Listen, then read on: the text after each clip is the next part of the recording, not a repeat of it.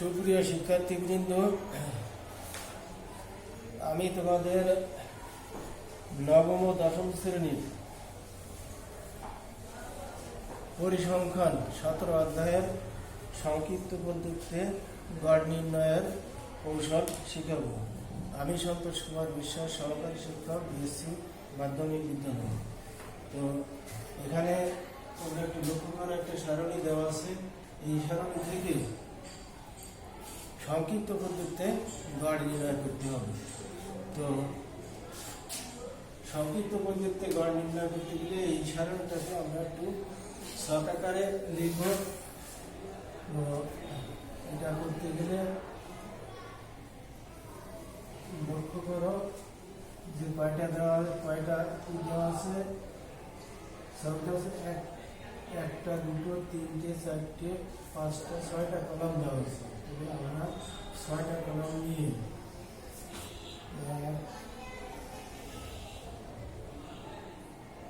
ছয়টা পর্যায়ে নিয়ে করি সাফ করে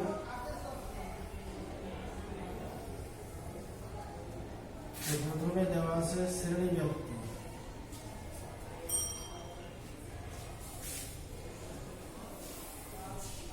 এটা কিন্তু আমরা শ্রেণী ব্যক্তি করার নিয়ম কিন্তু আমরা আগে থেকে শিখেছি। সেই নিয়ম অনুযায়ী আমরা লিখছি শ্রেণী ব্যক্তি শুরু হচ্ছে কত থেকে 46 থেকে 50।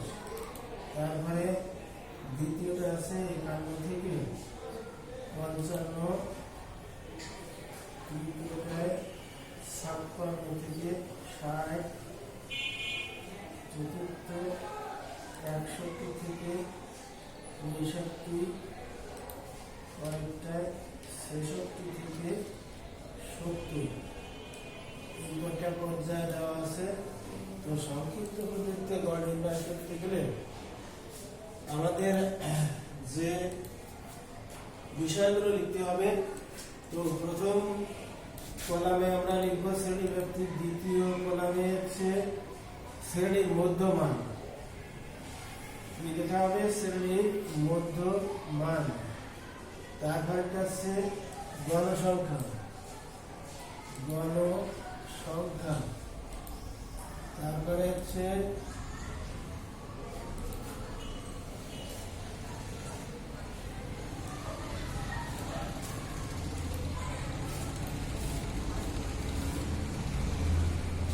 ধাপ বিচ্যুতি,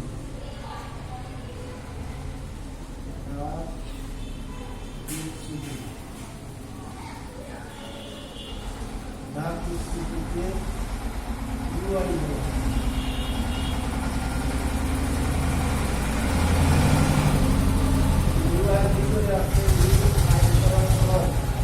ইউআই সমান এখানে x i minus a by H.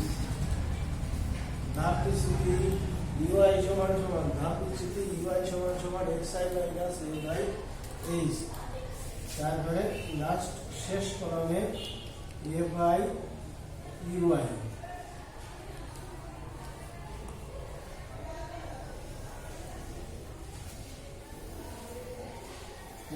এই কয়েকটা সংক্ষিপ্ত পদ্ধতিতে গড় নির্ণয় করতে গেলে এই কয়েকটা বিষয় আমাদের লিখতে হবে। তো শ্রেণীর মধ্যমানকে আমরা লিখি এক্স আই,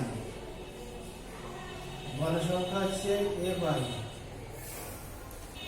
গণসংখ্যা এফ আই, শ্রেণীর মধ্যমান এক্স আই। এখন 46 থেকে 50 এর মধ্যমান আমরা জানি। মধ্যমান নির্ণয় করতে গেলে এই দুটো যোগ করে 2 দিয়ে ভাগ করলে যে মানটা হবে সেটি হচ্ছে শ্রেণী মধ্যমান। শ্রেণীর মধ্যমান হবে কত? তাহলে 43, অর্থাৎ 46 থেকে 50, 46 আর 50 যোগ করলে যা হবে তাকে 2 দিয়ে ভাগ করলে 43 হবে। তারপরেরটা হচ্ছে 51 থেকে 55, এর মধ্যমান হবে 51, 52, 53। তারপরে 56 থেকে 60 এর মধ্যমান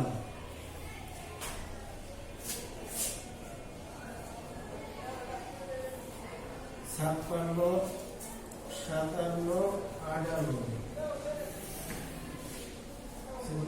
48।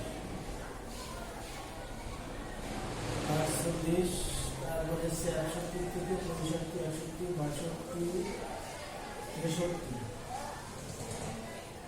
66 থেকে 70 হবে 68।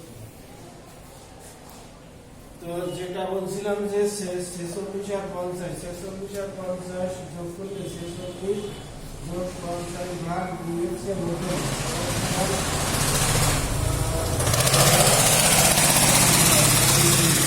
সমান সমান 48। এই 48 হচ্ছে প্রথম শ্রেণীর মধ্যমান। দ্বিতীয় শ্রেণীর মধ্যমান হচ্ছে 51 প্লাস 55 বাই 2 সমান সমান 6 5 5 10 বাই 2 সমান সমান 5 3 53। পরেরটা হচ্ছে 53, এইভাবে তারপর একটা 58, তারপর একটা 63, তারপর একটা 68। তারপরে হচ্ছে গণসংখ্যা। এই গণসংখ্যাটা দেওয়া আছে, গণসংখ্যাটা দেওয়া আছে কত? 8 15 17 15 5। এই গণসংখ্যা দেওয়া আছে। এবার হচ্ছে ধাপ বিচ্যুতি। ধাপ বিচ্যুতি করতে গেলে আমাদের এখানে মধ্যমান এই যে শ্রেণীগুলো দেওয়া আছে, এখানে আমরা গড় ধরে আনুমানিক গড় ধরে নেব। তো আনুমানিক গড় সাধারণত মাঝখানে হয় আমরা জানি। তো সেই হিসেবে আর এখানেও গণসংখ্যার পরিমাণ অনেক বেশি আছে, এই জন্য এখানে সাধারণত অনুমিত গড়, অর্থাৎ এই শ্রেণীতেই এই 58 ভিতর 58কেই আমরা অনুমিত গড় ধরে নেব এবং সেটা প্রতীক হচ্ছে এ। তাহলে অনুমিত গড় হচ্ছে এ। একে আমরা 58 অর্থাৎ 56 থেকে 60 এই শ্রেণীতে গড়টা আছে, এটা এই হিসাবে আমরা 58 হচ্ছে, এই 58কে আমরা অনুমিত গড় ধরে নেব। অনুমিত গড় অর্থাৎ কাছাকাছি একটা গড়, প্রকৃত গড়ের কাছাকাছি একটা গড়। তো এবার হচ্ছে ধাপ বিচ্যুতি। ধাপ বিচ্যুতিতে অনুমিত গড়ের এখানে 0 আসবে, যেহেতু xi মাইনাস a, তাহলে এইটি হচ্ছে a আর xi মান হচ্ছে, xi মান হচ্ছে 58 আর xi মান 58 আর এর মান 58। সুতরাং 58 থেকে 58 বাদ দিলে 0/h সমান সমান 0। তাহলে এইখানে আসবে 0 আর পর্যায়ক্রমে এখান থেকে -1 -2 আর নিচের দিকে +1 +2, অর্থাৎ এইভাবে ভাগ করলে, অর্থাৎ এইভাবে মানটা বসায় দিয়ে প্রথমে এই মান অর্থাৎ 48 48 বিয়োগ 58 বাই এই শ্রেণীর ব্যক্তি 5 ভাগ করলে প্রথম সারিতে এটা যদি ভাগ করা হয় তাহলে 2 -2 আসবে, দ্বিতীয়টা আসবে -1 আর 0, তারপরটা +1, তারপরটা +2। তো এবার হচ্ছে f(i)(xi), f(i)(xi), f(i) হচ্ছে এটা, f(i)(ui), f(i) হচ্ছে এটা আর ui হচ্ছে এটা, এই দুটোর গুণফল হচ্ছে এখানে। তাহলে 8 আর 2 গুণ করলে 8 2 16, মাইনাস চিহ্ন আছে এই জন্য 16, তারপরে -15 15, তারপরে 17 0 0, তারপরে 15 কে 15 আর 5 2 10। তো এইকে এবার সামেশন f(i)(ui)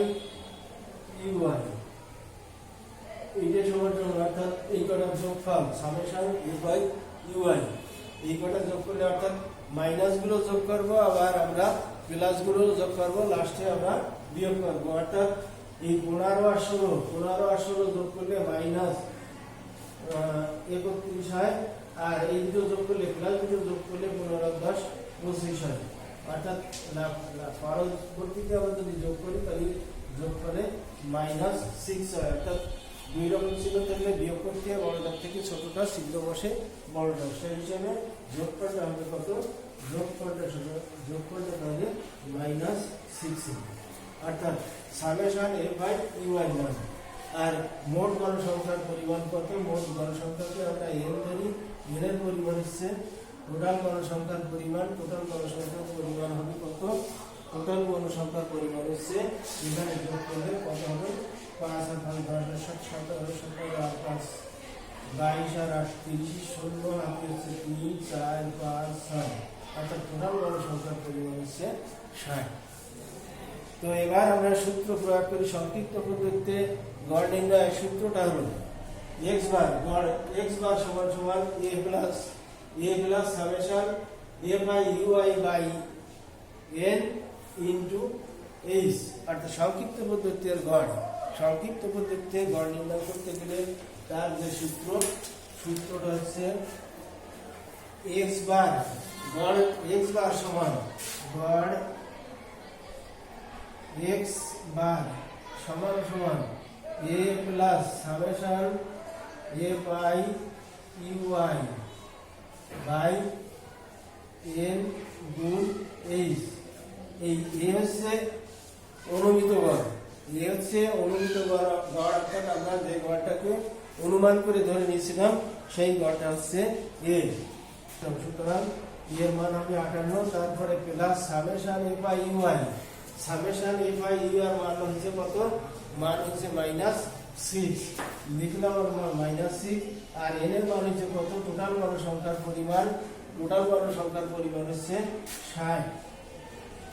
তারপরে এইচ অর্থাৎ এই শ্রেণী ব্যাপ্তি, শ্রেণী ব্যাপ্তি কত আছে? শ্রেণী ব্যাপ্তি 46 থেকে 50, 51 থেকে 55 অর্থাৎ 46 থেকে 50 দ্বারা 46, 47, 48, 49, 50 অর্থাৎ এখানে শ্রেণী ব্যাপ্তিটা হচ্ছে 5। সুতরাং আমরা এইচ এর মান 5 ধরব। 5 ধরব মানে শ্রেণী ব্যাপ্তি এখানে 5 আছে, তাই শ্রেণী ব্যাপ্তি হচ্ছে 5। তো এটা যদি আমরা ক্যালকুলেশন করি তাহলে হিসাব করলে সমান সমান 58, এইটাই মাইনাস আছে এখানে, মাইনাসে আর এই প্লাসে গুণ করে দিলে মাইনাস চলে আসে।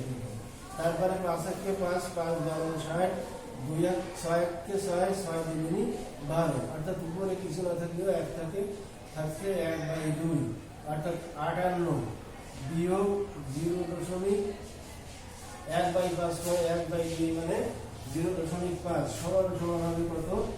58 থেকে 0.5 চলে গেলে থাকবে 57.5। তো এটা হচ্ছে সংক্ষিপ্ত পদ্ধতিতে গড়। সুতরাং এই সংক্ষিপ্ত পদ্ধতিতে গড় নির্ণয়ের প্রকৃত সূত্রটা মনে রাখতে হবে। এই সূত্রটা যেভাবে আসে, সূত্রটা হচ্ছে গড় এক্স বার সমান সমান A plus summation F I U I by N গুণ এইচ। তো এই প্রতীক পাঠের অর্থ আমাদের মনে রাখতে হবে। প্রতীক পাঠের অর্থ হচ্ছে এখানে প্রতীক পাঠের অর্থ হচ্ছে এ হচ্ছে অনুমিত গড়, আর summation F I U I summation F I U I F I মান হচ্ছে গণসংখ্যা, এফ হচ্ছে এফ আই হচ্ছে গণসংখ্যা, ইউআই হচ্ছে ধাপ বিচ্যুতি, আর এন হচ্ছে টোটাল গণসংখ্যার পরিমাণ, আর এইচ হচ্ছে শ্রেণীব্যাপ্তি। সুতরাং এই সূত্রে আমরা মান বসায় দিলে যে মানটা ক্যালকুলেশন করে পাওয়া যাবে এই মানটা হচ্ছে নির্ণয় সংক্ষিপ্ত পদ্ধতিতে গড়। তোমরা এই অঙ্কটা পুনরায় একটু বাড়ি থেকে প্র্যাকটিস করবা। তো আজকে এই পর্যন্ত, সকলকে ধন্যবাদ।